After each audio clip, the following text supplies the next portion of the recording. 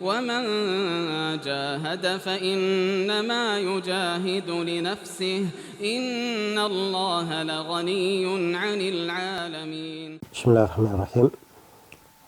الحمد لله رب العالمين والصلاة والسلام على المبعوث رحمة للعالمين نبينا محمد وعلى آله وصحبه ومن تبعهم بإحسان إلى يوم الدين أما بعد.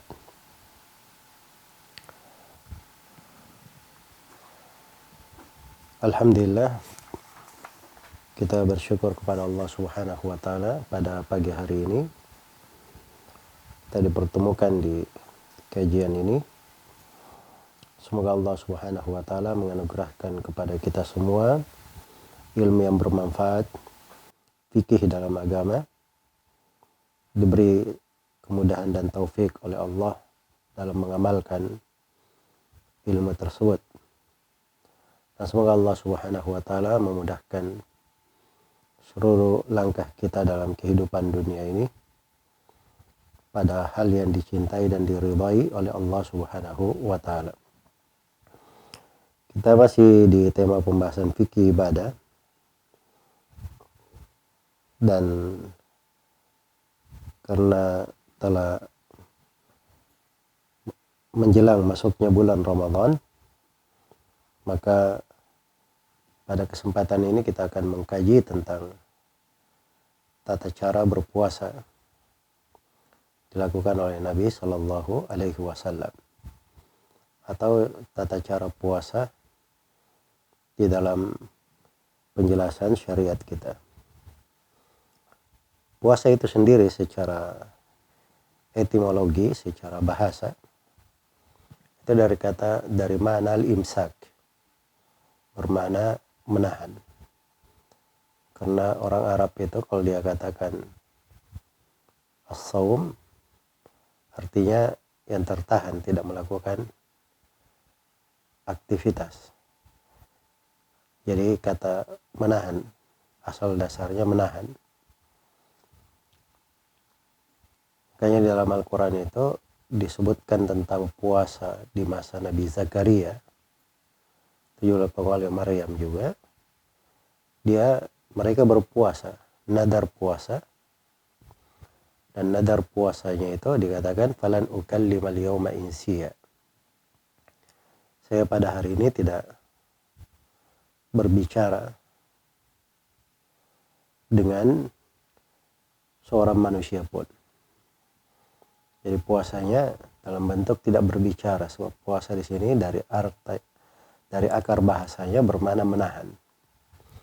Adapun secara terminologi atau secara istilah, puasa itu adalah imsakun makhsus, adalah penahanan makhsus, di waktin makhsus, pada waktu tertentu, an syakhsin makhsus, dari orang yang tertentu, min asya'a makhsusah, dari hal-hal yang spesifik, makrunatun atau makrunun biniyah, disertai dengan niat.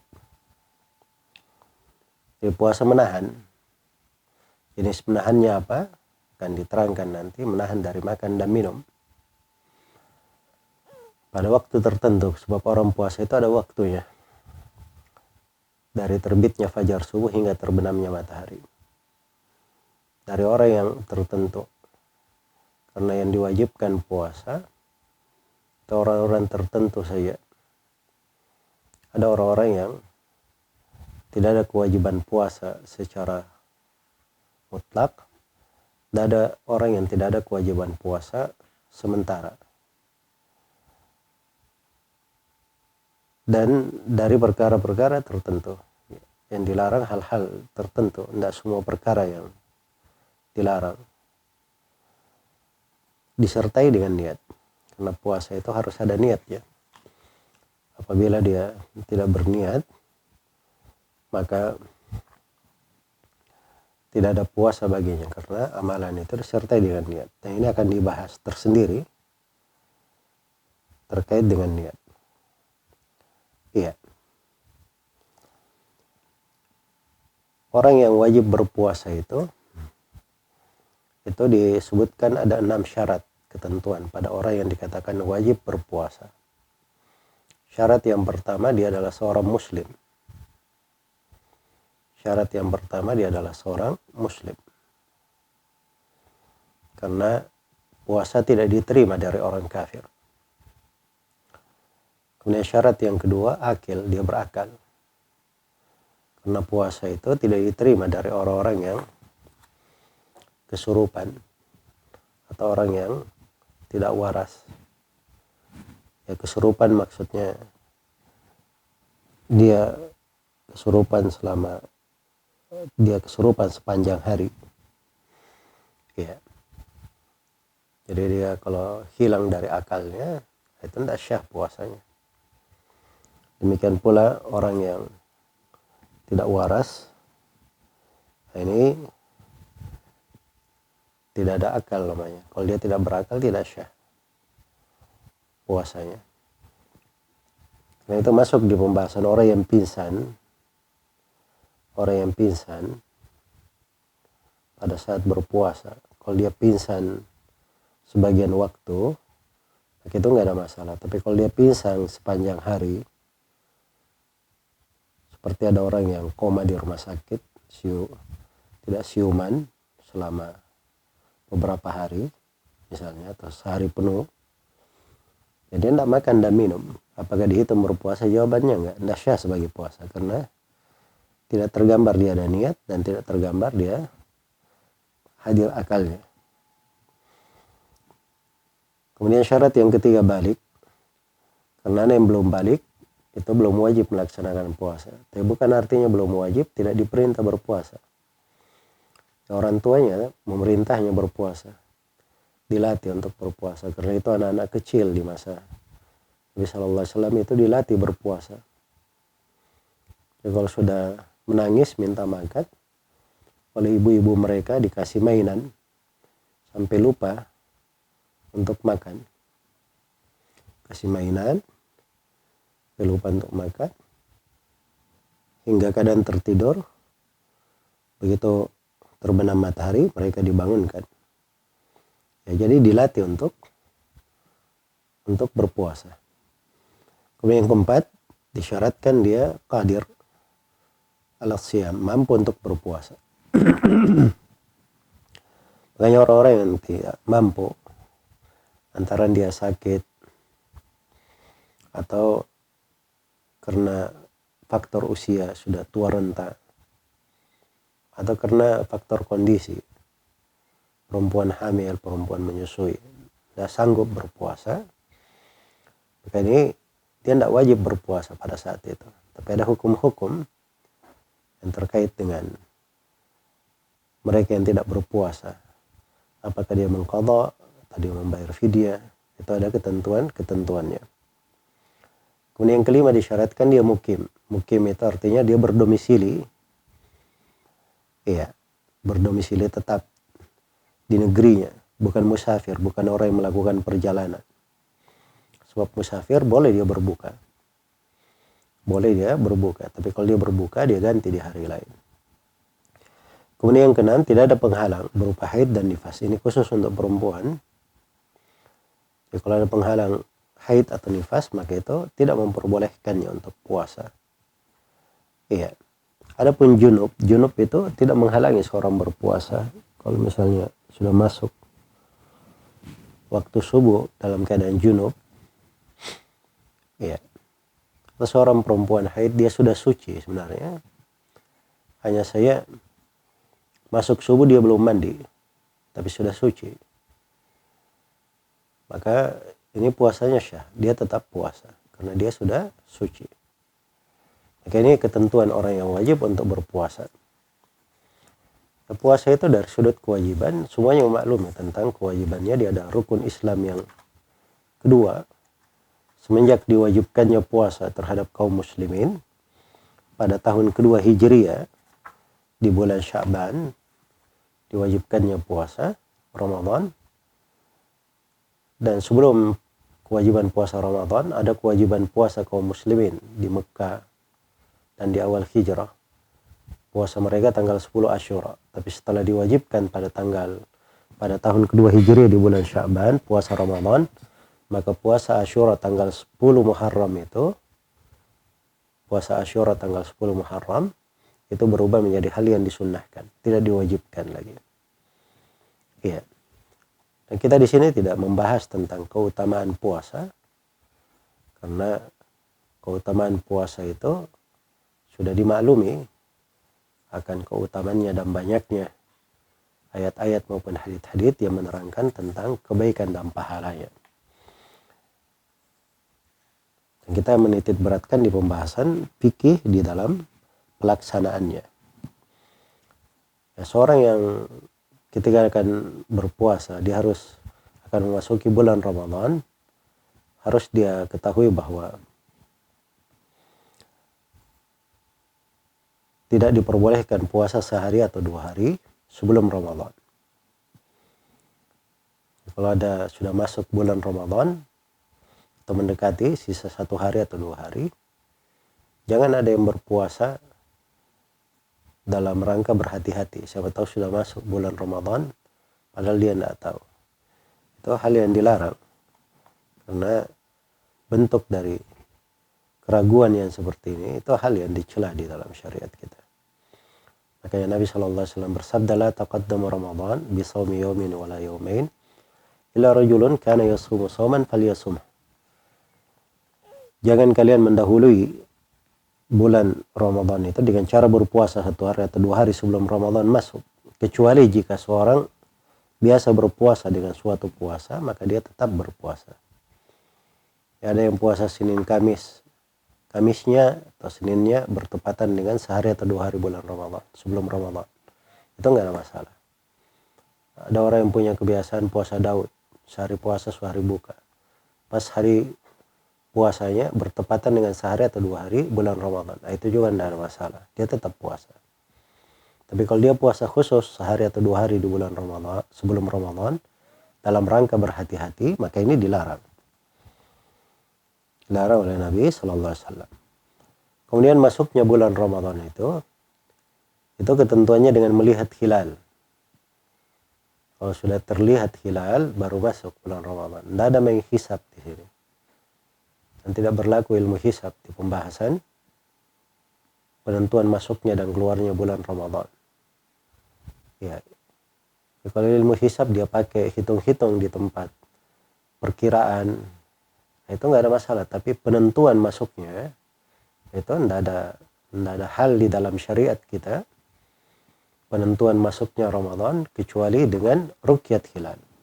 Kalau melihat hilal maka terhitung 1 Ramadan. Kalau tidak dilihat di tanggal 29, maka jumlah bulan itu digenapkan menjadi 30 hari.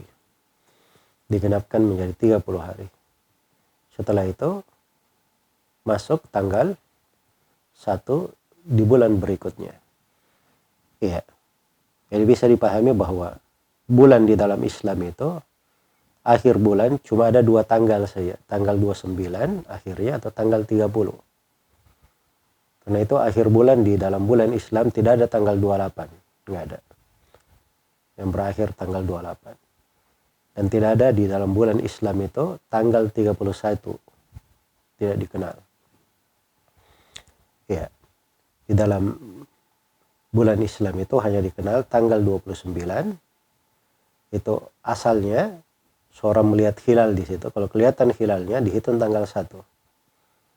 Kalau tidak kelihatan, maka besoknya digenapkan menjadi 30. Menjadi 30. Setelah itu otomatis masuk tanggal 1 Ramadan kalau tidak terlihat. Iya. Apabila hilal terlihat di sebuah negeri, maka itu hukum juga berlaku bagi penduduk negeri yang lainnya. Itu dasarnya. Itu lebih mendekatkan dan menyatukan kaum muslimin. Hanya saja kalau dia berada di dalam sebuah negara, dan negaranya menentukan masuk dan keluarnya Ramadan dengan melihat hilal, maka dia ikuti dari keputusan negaranya. Dia ikuti kebanyakan orang. Karena Nabi SAW ya bersabda, as-sawmu yawma tasumun wal fitru yawma tuftirun. Puasa itu hari manusia semua berpuasa, kalian semua berpuasa. dan Idul Fitri itu hari kalian semua berbuka. Iya. Baik. Setelah pendahuluan ini, kita akan masuk secara ringkas akan menjelaskan tentang bagaimana cara berpuasa itu. Cara berpuasa tentunya dimulai dari seorang berniat, kemudian dia menunaikan puasa dari awal waktu hingga akhir waktu. Iya. Makanya di sini ada yang perlu kita bahas terkait dengan masalah niat dalam puasa. Kemudian setelah itu saya akan terangkan waktu pelaksananya. Dari terbitnya fajar subuh hingga terbenamnya matahari. Orang yang berpuasa itu ada makan sahur, maka kita akan terangkan seputar makan sahur. Dalam puasa itu ada perkara-perkara yang wajib ditinggalkan. Iya. Perkara-perkara yang wajib ditinggalkan. Dalam puasa juga ada pembahasan pembatal-pembatal puasa. Ada hal-hal yang makruh. Ya, dan kita akan jelaskan juga apa yang dibolehkan. Dan terakhir akan diterangkan tentang masalah berbuka puasa. Itu inti pembahasan tentang tata cara puasanya. Tentang tata cara puasanya. Jadi kita bermula dari pada niat. Ya, niat dalam puasa itu adalah syarat syahnya puasa. Iya. Karena Nabi SAW bersabda, innamal a'malu binniyat. Setiap amalan itu bergantung pada niatnya. Iya, bergantung pada niatnya. Ya, kalau dia tidak berniat dengan kesungguhan untuk berpuasa, maka itu tidak syah sebagai puasa. Ya. Dan niat itu letaknya di dalam hati. Bukan dilafatkan sebagaimana sebagian orang. Kalau memakan sahur, baca dulu niatnya. Nawaitu an asuma ramadhana ghadan lillahi ta'ala. Itu tidak ada asal usulnya di dalam syariat. Niat itu letaknya dalam hati. Iya. Seorang bangun, dia ingin berpuasa, dia pergi makan. Nah, itulah niatnya, dia sudah berniat. Niatnya sudah ada. Iya. Kemudian niat ini dari waktu pelaksanaannya. Pertama, niat itu seorang minimal dia punya niat dari malam hari. Iya. Dia punya niat dari malam hari. Malam itu dihitung dari terbenamnya matahari sampai terbitnya fajar subuh. Dari terbitnya fajar subuh. Itu niat di malam hari namanya. Dan Nabi SAW atau karena riwayat yang tegas, malam yabitis siyama minal lail fala siyamalah. Tidak ada siapa yang tidak berniat dari malam hari, maka tidak ada puasa baginya. Tidak ada puasa baginya. Ya. Kemudian yang perlu diketahui juga bahwa niat ini sekali saja untuk 1 bulan. Jadi kalau dia berniat sekali untuk 1 bulan, maka itu sudah cukup, sudah ada niatnya. Hanya saja sebagian ulama memandang dia berniat setiap malam. Ya, begitu selesai berbuka, dihadirkan kembali niatnya untuk puasa besok. Kalau dia bisa hadirkan seperti itu lebih bagus, lebih khusyuk, lebih keluar dari silam pendapat. Tapi kalau dia niat untuk 1 bulan, itu sudah cukup, insyaallah ta'ala. Baik. Dan terkait dengan masalah puasa, niat puasa ini itu terkait dengan puasa wajib. Adapun puasa sunnah, maka sejumlah sahabat membolehkan seorang berniat dari siang hari untuk puasa sunnah. Iya. Nah, itu tidak dipermasalahkan. Tapi kalau dia jaga niatnya dari malam hari, maka itu lebih baik dan lebih keluar dari silang pendapat. Lebih keluar dari silang pendapat. Khususnya kalau misalnya terkait dengan puasa Ramadan, apabila sudah masuk Ramadan dan seorang terlambat dapat berita, ya maka dia wajib menahan pada hari itu. Langsung dia berniat untuk puasa. Jadi ada orang misalnya di hari ini, anggaplah 1 Ramadan. Dia tidak tahu bahwa hari ini sudah 1 Ramadan.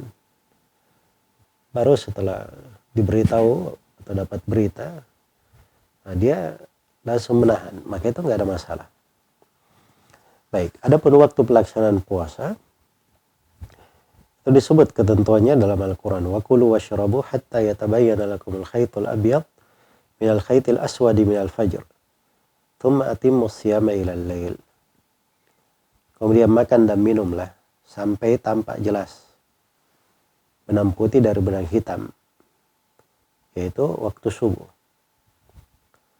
Jadi ini syariat makan sahur di sini, makan dan minum sampai tampak fajar subuh. Ini fajar subuh namanya. Ini waktu mulai berpuasa.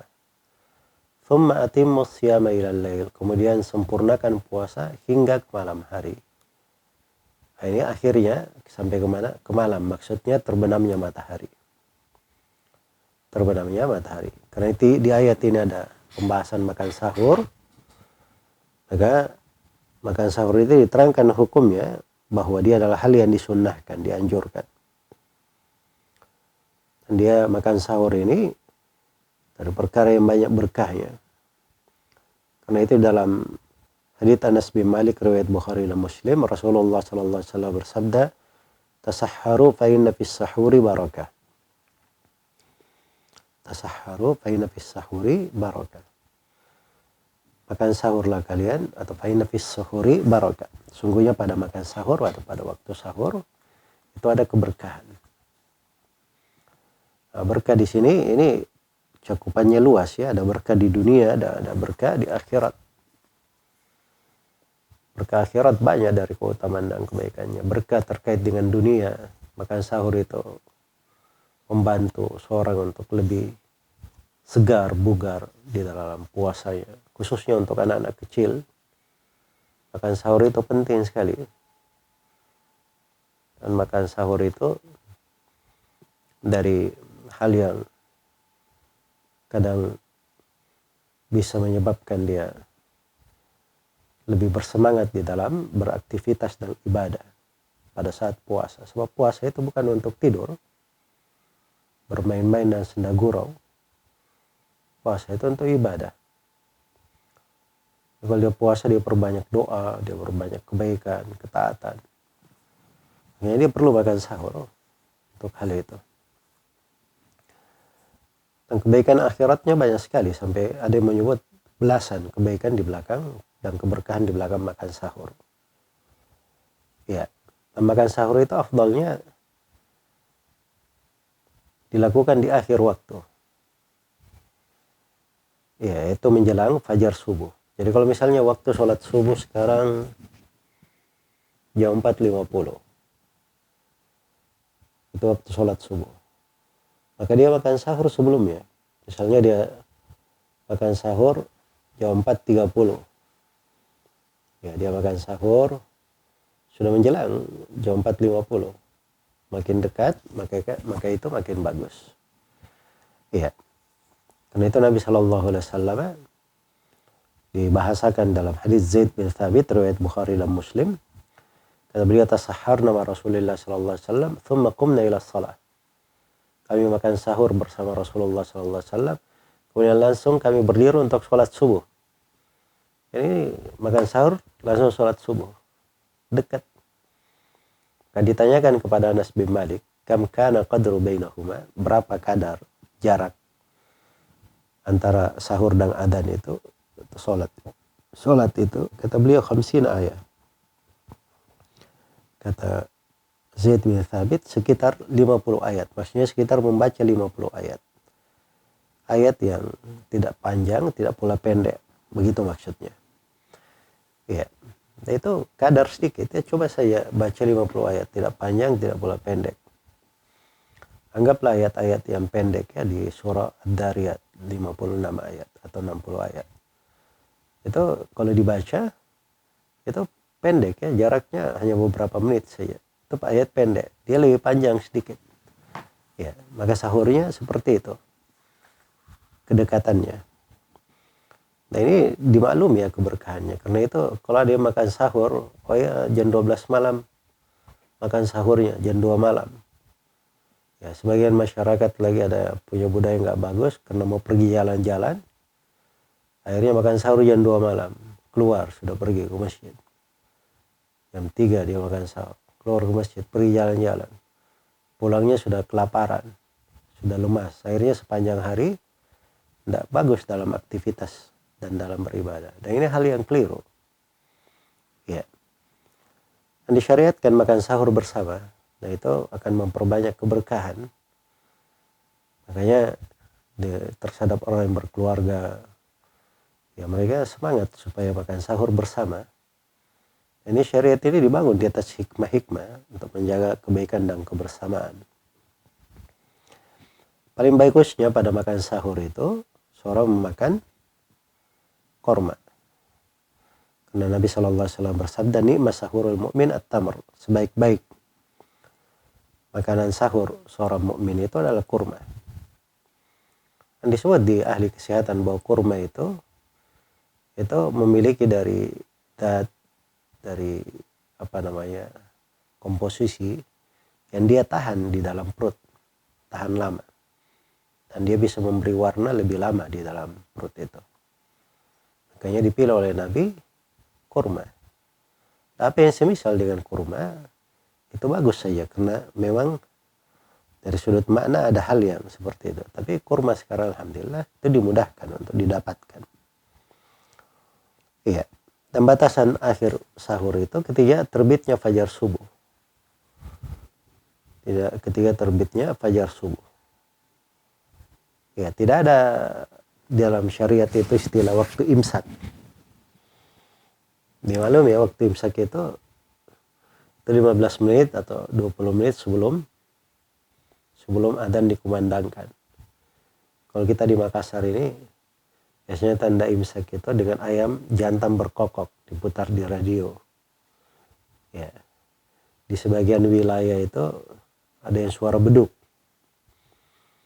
Ada sebagian wilayah lagi suara sirine. Kalau sudah waktu tanda imsak, suara sirine. Akhirnya menahan. Dan ini tidak boleh ya, di tanda imsak ini enggak ada di dalam syariat.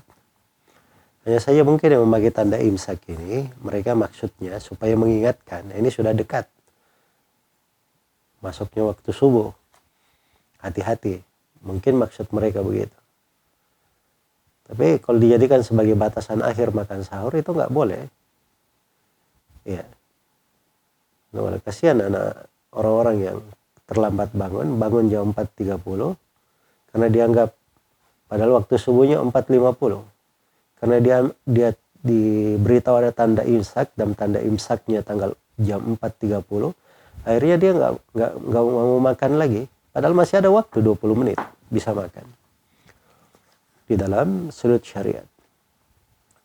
Ya, maka nggak boleh menjadikan tanda imsak ini sebagai patokan. Ya. Baik. Kemudian pada saat berpuasa itu hal-hal yang wajib ditinggalkan. Yang pertama, tidak boleh makan, tidak boleh minum, dan tidak boleh melakukan hubungan suami istri. Ini hal yang paling pokok. 3 hal ini. Tidak boleh makan, tidak boleh minum, dan tidak boleh melakukan hubungan suami istri. Iya. Karena dalam Al-Quran dikatakan, وَكُلُوا وَاشْرَبُوا حَتَّى يَتَبَيَّنَ. Makan dan minumlah sampai tampak jelas. Artinya makan dan minum itu ada batasannya. Sampai jelas sekali masuknya waktu subuh. Iya. Maka makan dan minum ini diharamkan kalau sudah masuk waktu subuh bagi orang yang berpuasa. Demikian pula di dalam hadits Abu Hurairah riwayat Bukhari dan Muslim, Rasulullah sallallahu alaihi wasallam bersabda, "Kullu amali ibni Adam yudha'afu al-hasan. Al-hasanatu asyra amthaliha ila 700 dhaif. Qala Allah Ta'ala illa siyam fa innahu li wa ana ajzi bih. Yad'u syahwatahu wa ta'amahu min ajli." Setiap amalan anak Adam kebaikannya dilipat gandakan menjadi 10 sampai 700 kali lipat. Allah Ta'ala berfirman kecuali puasa. kecuali puasa. Sungguhnya puasa itu amalan khusus bagiku, dan aku yang akan memberi pahala untuk orang yang berpuasa. Karena orang yang berpuasa ini meninggalkan syahwat dan makanannya karena aku.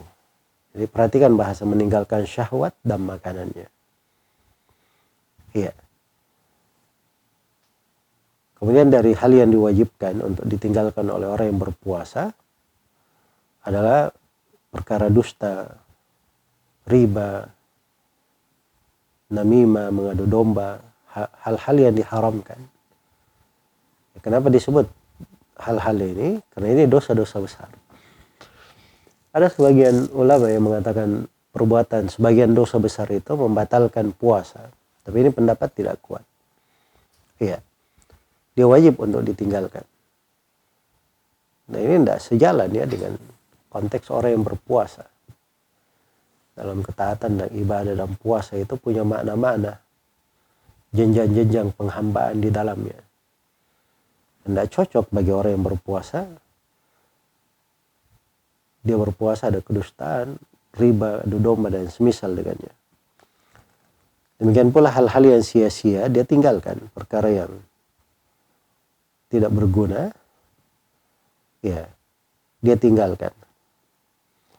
Karena di dalam hadits Abu Hurairah riwayat Bukhari, Rasulullah sallallahu alaihi wasallam bersabda, "Man lam yada' qaula az-zur wal amala bih, falaysa lillahi hajah fi an yada'a ta'amahu wa syarabah." Barang siapa yang tidak meninggalkan perkara dusta atau suatu kedustaan, kepalsuan atau dosa, dia tetap beramal dengannya, maka Allah tidak perlu terhadap amalan dia dengan meninggalkan makan dan minum. Yang tidak perlu dia Allah tidak perlu kepada puasanya. Iya. Baik. Kemudian di antara ketentuan juga bagi orang yang puasa, orang yang berpuasa itu di waktu sahur, ketika masuk waktu berbuka, hendaknya dia berbuka. Jangan dia sambung puasanya. Tidak boleh dia sambung puasanya 2 hari berturut-turut. Karena itu adalah hal yang diharamkan. Iya. Tapi kalau misalnya seorang itu berbuka, setelah itu dia menahan, terus sahur lagi baru dia makan, maka itu boleh saja, nggak ada masalah. Baik. Kemudian dalam puasa itu juga kadang ada yang menanyakan tentang bagaimana hukum orang yang kesiangan dalam keadaan junub. Saya singgung tadi ya di pembahasan penghalang, kalau junub itu nggak ada masalah. Seorang dalam keadaan junub pun dia boleh tetap berpuasa. Boleh dalam keadaan dia berpuasa. Ya, orang yang berpuasa juga dibolehkan untuk bersiwak. Semisal dengannya dia memakai sikat gigi, pasta gigi. Tapi jangan dia memakai pasta gigi yang beraroma terlalu keras, masuk ke pencernaannya yang bisa membawa rasa kenyang. Itu sebaiknya dia tinggalkan. Ya. Tapi kalau ada pengaruh, ada bau yang bagus masuk ke dalam ini, tidak ada masalah kalau dia biasa-biasa saja. Karena siwak itu harum ya, dia membawa bau yang bagus. Ya. Baik. Dan kalau seorang misalnya berkumur-kumur dan menghirup air, nah itu tidak ada masalah pada saat berwudu. Hanya saja kalau dia menghirup air jangan terlalu kencang, khawatir masuk ke tenggorokannya. Iya.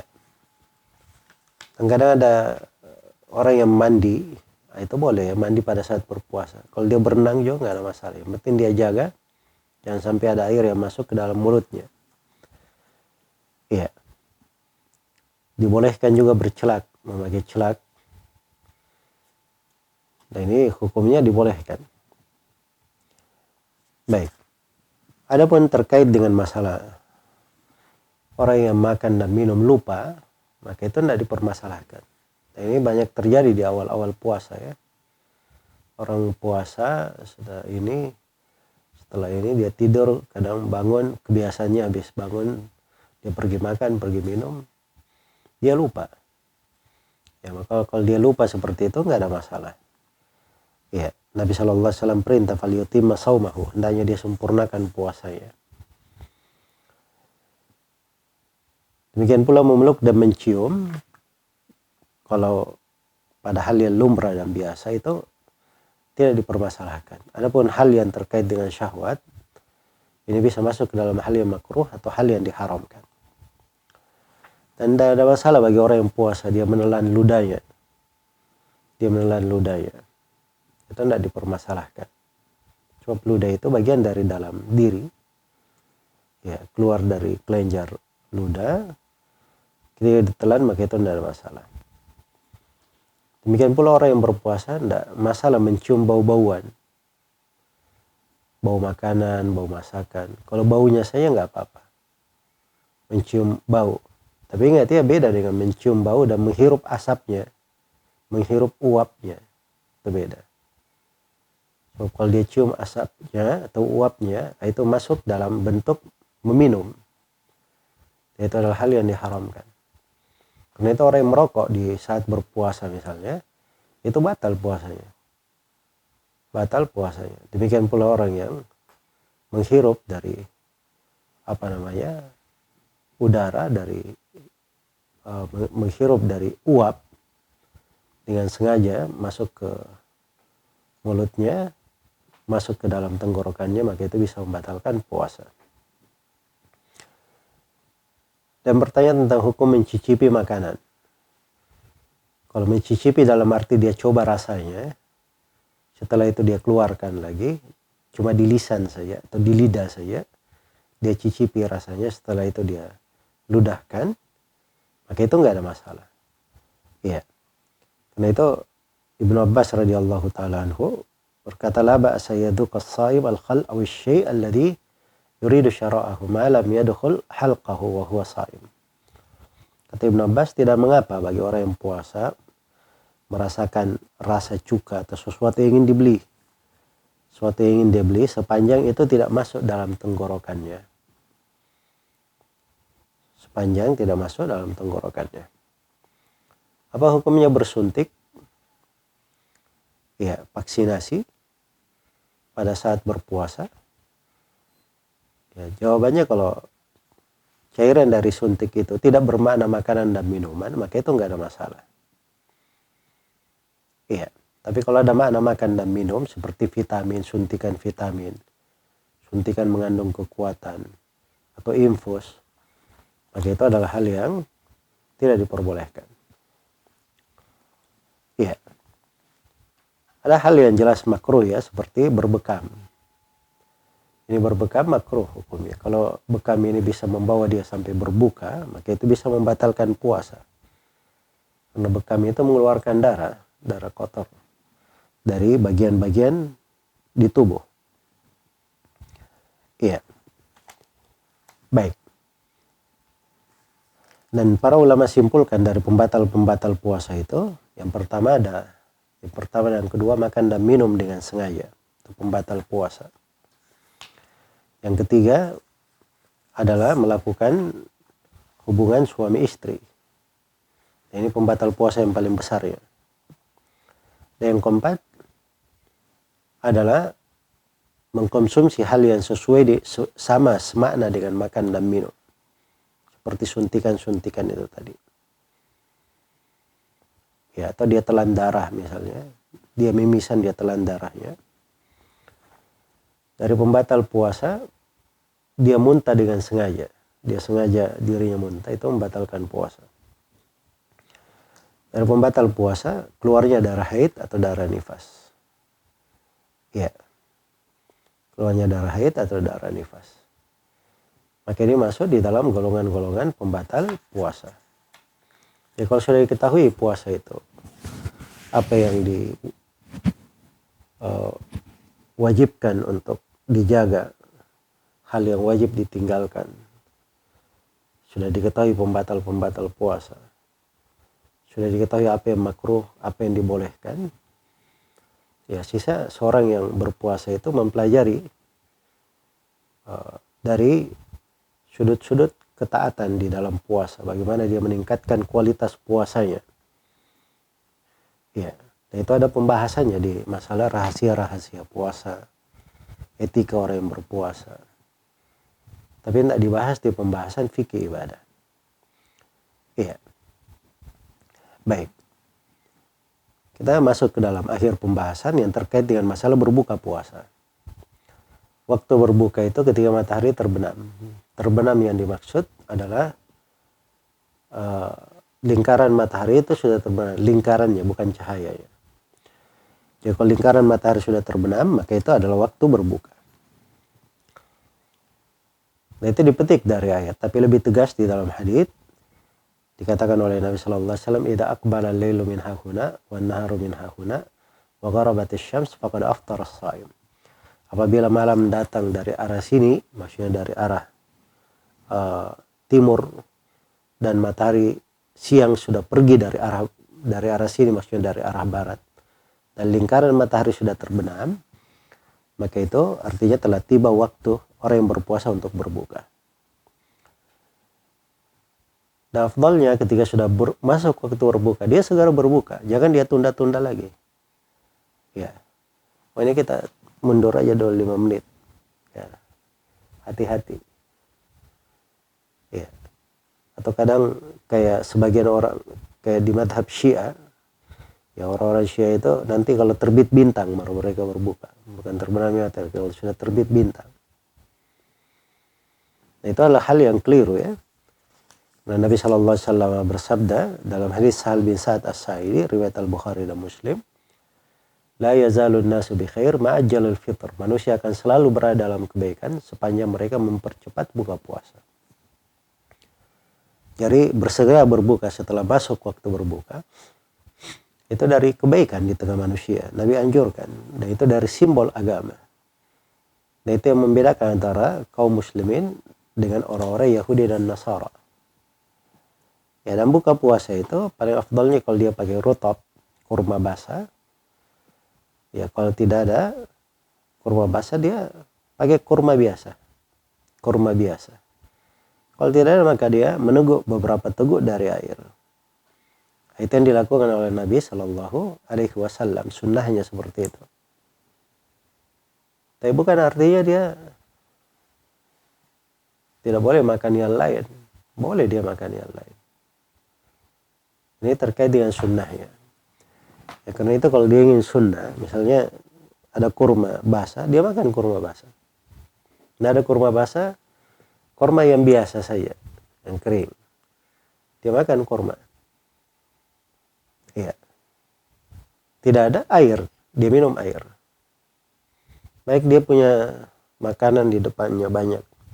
Ada pastel, ada jalangkote, ada rokok-rokok cangkuning, macam-macam ada di depannya.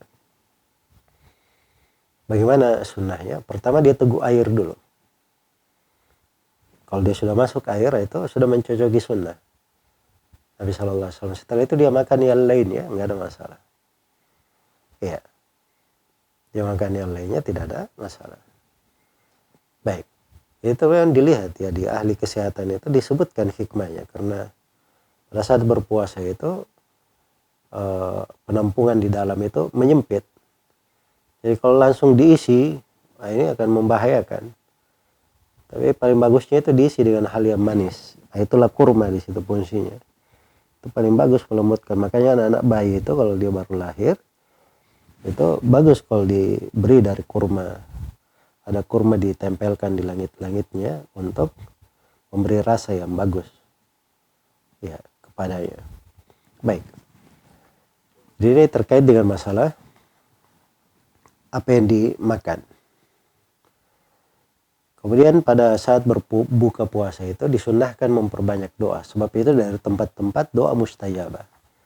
Sebagaimana disunnahkan juga untuk dia memberi buka puasa kepada orang lain. Nah, ini pintu ketaatan pada saat berpuasa ini banyak sekali, Masya Allah, Subhanallah. Banyak sekali pintu ketaatan. Baik, jadi ini ringkasan terkait dengan tata cara berpuasa itu. Ada hal-hal lain dibahas.